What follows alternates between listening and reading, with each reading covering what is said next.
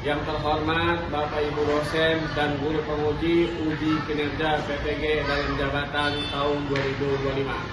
Perkenalkan, saya Ibnu Ibrahim, salah satu guru di SDN Bawabadak Utara 11, sekaligus sebagai mahasiswa PPG Dalam Jabatan tahun 2025 Angkatan 3, jurusan Pendidikan Agama Islam di LPTK Universitas Islam Negeri Syarif Hidayatullah dengan NIM 42500012346.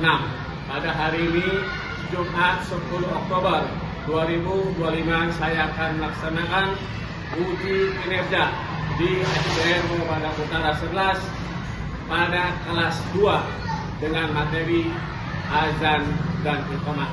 Maka saksikan video saya. Wassalamualaikum warahmatullahi wabarakatuh. Assalamualaikum. Gimana kabarnya anak-anak?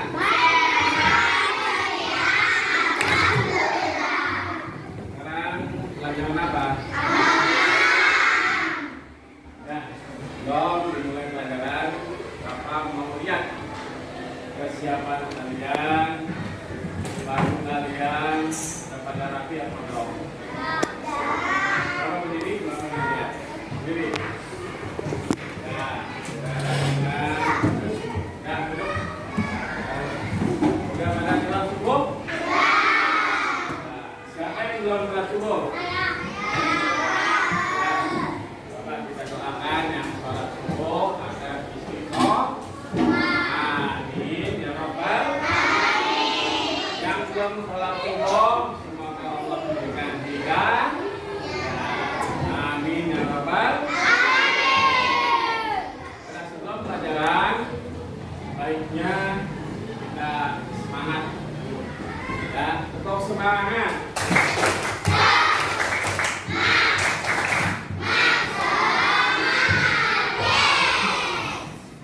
Untuk anak soleh.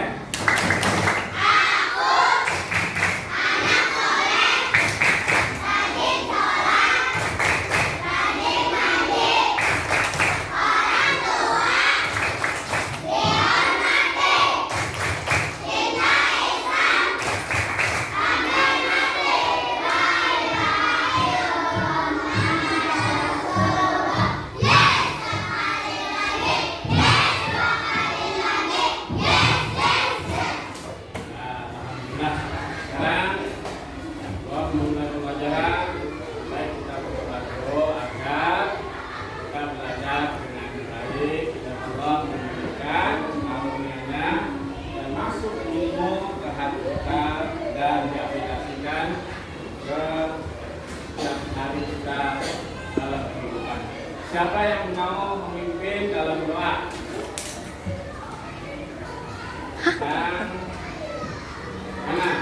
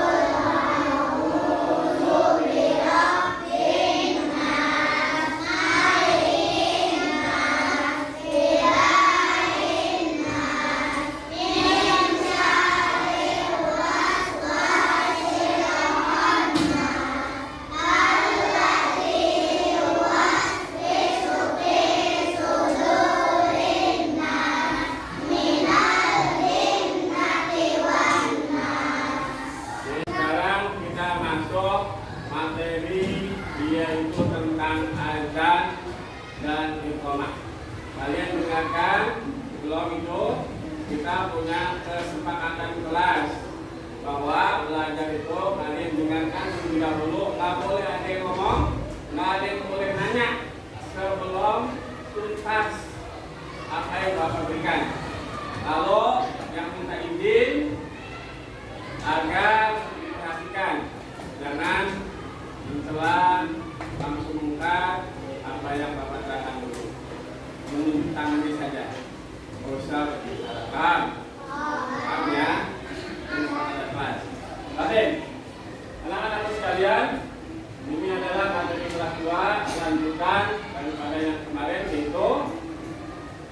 terpuji. Lalu di bab selanjutnya, bab 4 itu mengenai azan dan iqamah. Azan dan iqamah. Mengenal azan dan iqamah secara bahasa aslinya pengumuman, diumumkan, diinformasikan. Dan secara syariat yaitu azan adalah mengumumkan akan masuknya waktu mengerjakan sholat dengan ucapan zikir tertentu. Nah, dari mana asal mula azan? Perhatian.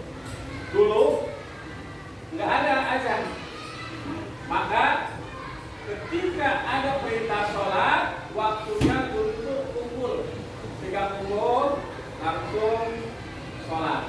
Ada yang terlambat, akhirnya Rasulullah mengumpulkan para sahabat. Bagaimana caranya kita untuk ngumpulin orang waktunya azan? Lalu ada yang memberitahu, wahai Rasulullah, bagaimana dengan lonceng? Oh, lonceng mah punya orang-orang Nasrani. Bagaimana dengan trompet? Oh, trompetnya punya orang Yahudi. Kita lihat hadisnya.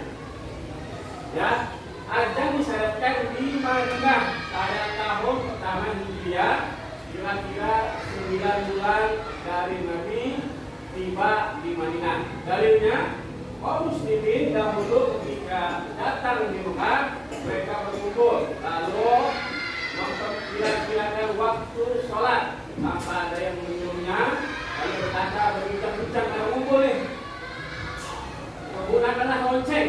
Nah, kalau itulah orang Nasrani kita nggak perlu. Lalu gunakanlah trompet, itulah orang-orang Yahudi kita nggak perlu. Lalu ada Umar bin Khattab memberikan informasi bahwa saya pernah bermimpi bahwa menggunakan dengan kalimat yang satu. Allahu Akbar, Allahu Akbar, Allahu Akbar, Allahu Akbar. Yang seperti kita biasa kita dengar. Nah, ini adalah hadis sebagaimana mengumandangkan azan dengan Bilal bin Rabah. Lalu Bilal, engkau ke bukit. Dulu di bukit. Agar apa? Agar dengar. Kenapa Bilal? Karena Bilal itu suaranya kencang dan bagus suaranya. Ini adalah sejarah bagaimana lafaz azan muncul pertama kali. Lalu juga ada sahabat yang bernama Abdullah. Dia juga bermimpi sama seperti Umar. Dia bermimpi ada orang yang baju hijau membawa lonceng. Lalu Abdullah mengatakan itu lonceng waktu buat azan. Lalu masih tahu. Lalu orang yang baju itu memberitahukan bahwa inilah kalimat panggilan sholat. Lalu sampai ke Rasulullah terdengar, Rasulullah mengiyakan bahwa itu adalah malaikat. Yang bermimpi itu adalah malaikat yang masuk dalam mimpinya memberitahukan bahwa kalimat azan. Nah, keutamaan azan, kalau kalian tahu kan berebut. Utamanya, apa utamanya?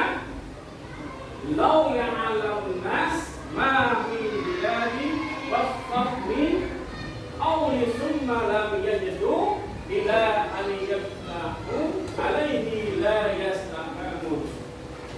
Seandainya setiap orang tahu keutamaan azan dan shaf pertama. Shaf pertama itu orang yang sholat shaf pertama dengan keutamaan azan, maka berebut kalau dia tahu apa aja.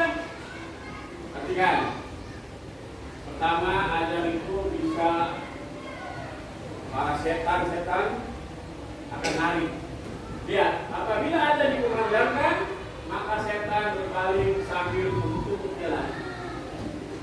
Kita itu dengan pemandangan setan itu lari, lalu balik lagi. Ketika komat, lari lagi setan. Ketika selesai, dia balik lagi sampai di sela-sela sholat. Makanya kalau kalian sholat itu satu dirapatkan. Nanti kenapa? Karena kalau kalian rendah-rendah itu setan berbisikan, oh tentang lupamu. Dan ingatan demikian, ingatannya akan dilupakan oleh para setan. Kalau kalian sholat Allahu Akbar tergenggam, maka di sisi kanan, sisi kirinya diisi oleh setan untuk mengganggu kalian agar ingatan kalian itu lupa. Ini adalah utama azan. Lalu ada wajib yang istimewa di hari kiamat. Nanti di hari kiamat di padang mahsyar kalian dikumpulkan. Nanti kalian bisa melihat Rahim. Al-mu'minuna at-tawwalun nas adna qayyumul qiyamah. Seorang wajib memiliki leher yang panjang. Nanti kalian di padang mahsyar itu berbeda dengan yang lain. Bukannya leher yang panjang, bukan. Tapi menurut ulama ada yang mengatakan bahwa makna leher yang panjang itu menampakkan rahmatnya. Jadi Allah berikan bahwa dia melihat pahalanya begitu banyak, cahaya yang begitu terang. Siapa itu? Yaitu adalah muadzin, yaitu orang tanya. Nah ini tangan. Lalu dan ketentuan azan, ketentuan azan, jadi nggak sembarangan azan, ya. Yang pertama, azan menurut bahasa artinya seruan dan panggilan. Azan adalah seruan bahwa telah masuk waktu sholat fardu. Bacaan azan dibaca dengan lantang, jangan pelan, kencang. Lalu azan dilakukan dengan posisi berdiri, nggak boleh duduk, ya, kecuali ada udzur. Menghadap kiblat, ya. Lalu jarinya memasukkan ke dalam telinga. Saat azan, yaitu Islam, tak boleh selain Islam. Yang kedua, tamyiz. Tamyiz diterima dari sudah paham hukum azan. Berurutan, dia tahu, oh baca dari sini ini, urutannya ini dari itu. Dia mengerti. Berapa umur tamyiz? Yaitu 6 sampai 7 tahun. Yang sudah paham, yang sudah ngerti ini salah dan ini benar. Yang sudah tahu dan sudah paham urutan azannya, kalau ada loncatan, tapi kalau wafat langsung hayalah sholat, nggak boleh, paham ya? Lalu laki-laki nggak boleh, perempuan nggak boleh, karena perempuan adalah suaranya fitnah, paham ya? Nah, kalimat azan berurutan, nggak boleh loncat lalu berkesinambungan antara kalimat azan dengan menjeda waktu yang lama nggak boleh. Nggak boleh jeda waktu yang lama langsung. Mau perlu apa? Nanti besok lagi berdoanya nggak boleh. Ya. Meninggikan suara dengan menggunakan azan untuk jamaah, suara yang keras. Masuknya waktu zuhur jam 12, maka azan jam 12. Nggak boleh jam 11 aja, maka azannya nggak sah. Lalu catatan, wanita tidak mengumandangkan azan, tetapi dianjurkan baginya untuk qomat, suara yang pelan. Qomat itu dan melantunkan azan dengan tenang perlahan, jangan terburu-buru dan tidak salah dalam mengucapkan lafaz, harus benar kalimatnya. Bacaan azan, kalian berurutan. Allahu Akbar, Allahu Akbar. Jangan Allahu Akbar, adalah Allahu Akbar. Kan? Dengar? Allahu Akbar, Allahu Akbar. Ada hu-nya. Tapi kalian kalimatnya harus benar. Allahu Akbar. Ya. Lalu yang kedua, asyhadu an la ilaha illallah. Hadis. Ini nggak ada penekanan, langsung asyhadu an la ilaha illallah. Asyhadu anna Muhammadan. Ya, tadi kalimatnya asyhadu anna Muhammadan. Ini ada roh, jadi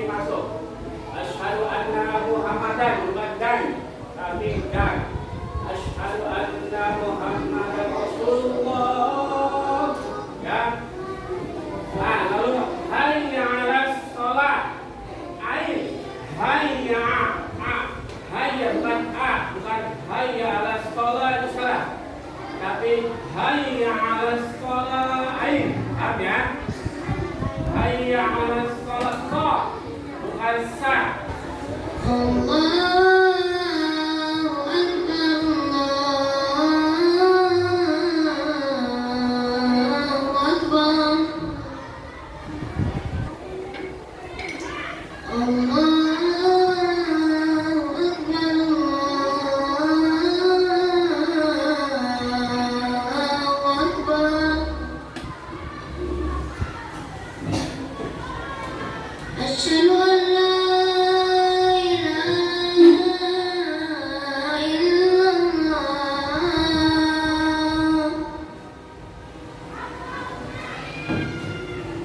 أشهد أن لا إله اللهم رب هذه الدعوة التامة والصلاة القائمة آت محمدا الوسيلة والفضيلة وابعثه مقاما محمودا الذي وعده. Dan baca doa setelah laki-laki harus bisa. Lalu iqamah. Bahwa sholat segera dilaksanakan sebelum imam yang dulu. Orang ada sholat sunnah langsung qomah. Kalau kedua sunnah orang nggak boleh. Tapi kalau kata imam qomah langsung. Paham ya? Nah ini bacanya sama, perbedaannya hanya di qad qamatis shalah ditambahkan. Paham? Kita lihat contohnya. Lihat contohnya bagaimana iqamah. Kita mulai sholat berjamaah. Siap? Mau beri iqamah?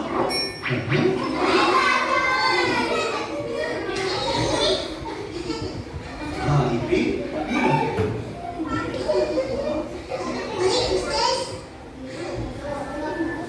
Allahu Akbar, Allahu Akbar.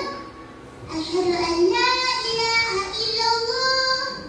Asyhadu anna Muhammadar Rasulullah. Hayya 'alas shalah, hayya 'alal falah. Qad qamatis salat, qad qamatis salat. Allahu Akbar, Allahu Akbar. La ilaha illallah. Nah, ini adalah contoh iqamah ketika mau sholat langsung imam yang dulu tadi, ya kan? Ipin, iqamah. Jadi dia nggak suruh maju langsung, tapi yang menguasai iqamah yaitu adalah imam sholat. Nggak boleh duduk-duduk. Nah, itu adalah benar-benar. Hei, sudah pada paham tom? Nah, ini adalah materi adzan dan iqamah dan sudah selesai dalam materi ini. Sekarang ada yang mau nanya nggak? Ini ada kelompok 1, 2, 3, 4, 5. Bapak nggak mau ngasih tahu jawaban, tapi kalian sendiri, kelompok kalian yang bertanya dan kelompok kalian yang menjawab. Paham ya? Yang saya bapak tunjuk aja. Kelompok mana pertama? Kelompok pertama ada yang mau nanya? Ada nggak? Nanya. Mau di situ apa maju? Kita aja sebutkan nama dan kelompok apa? Namanya dulu.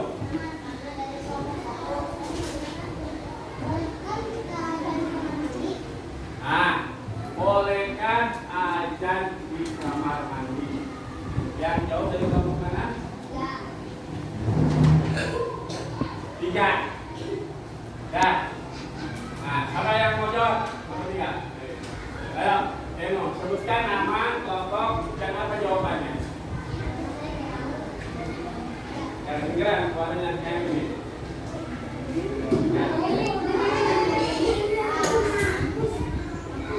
Nama Tialu dari kelompok 3 dilarang gara-gara banyak kotoran najis dan banyak setannya. Nah, ya benar. Gak boleh kita azan di kamar mandi karena kotor najis dan itu kepada setan. Jadi kalimat Allah itu nggak boleh disandingkan dengan kotoran dan najis. Apalagi banyak mati-mati dan ada di kamar mandi. Nah sekarang lagi kelompok 2, ada yang nanya nggak? Mana? Sebutkan nama. Nama aku Siha. Bolehkah perempuan azan? Bolehkah perempuan azan? Kelompok mana yang menjawab?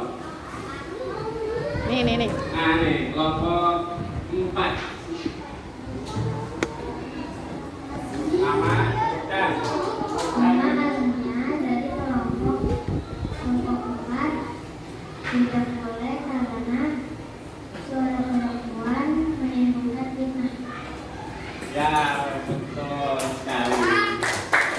Jadi perempuan itu nggak boleh azan karena suaranya itu mendayu-dayu menimbulkan fitnah. Nanti oleh yang dengar laki-laki gimana? Siapa tuh? Nggak boleh ya. Lalu kelompok 3. Siapa lagi yang mau nanya kelompok 3? Berdiri. Nama saya Alesa dari kelompok 3. Siapa yang pertama kali memandangkan azan? Siapa yang pertama kali memandangkan azan? Kelompok 5 kayaknya belum nih. Yang jawab kelompok 5. Tapi kelompok 5 mana? Nama saya Raya dari kelompok 5. Siapa yang tadi?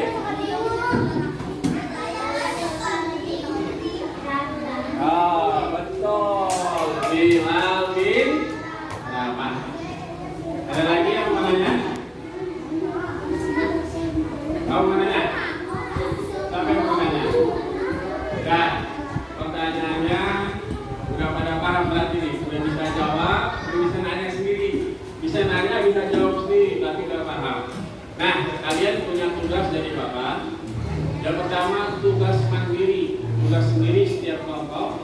Dan yang kedua, tugas perorangan. Satu kelompok harus bisa azan laki-laki dan perempuan harus bisa qomat. Paham nggak? Ya. Sekarang Bapak mau bagikan tugas mandiri. Tugas mandiri dulu ya. Nah, ini ada tugas mandiri. Tugas mandiri. Nah, sekarang kalian kerjakan tugas mandiri kalian.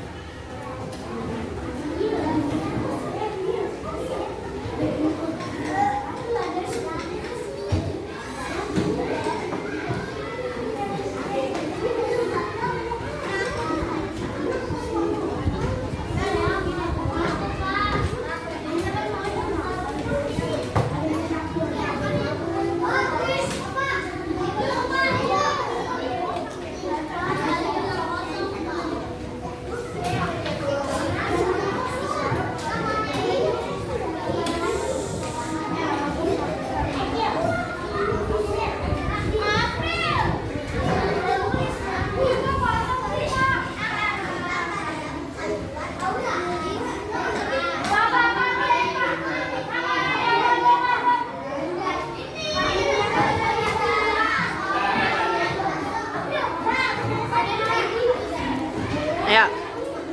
Nah, anak-anak sudah selesai? Anak-anak dikumpulkan.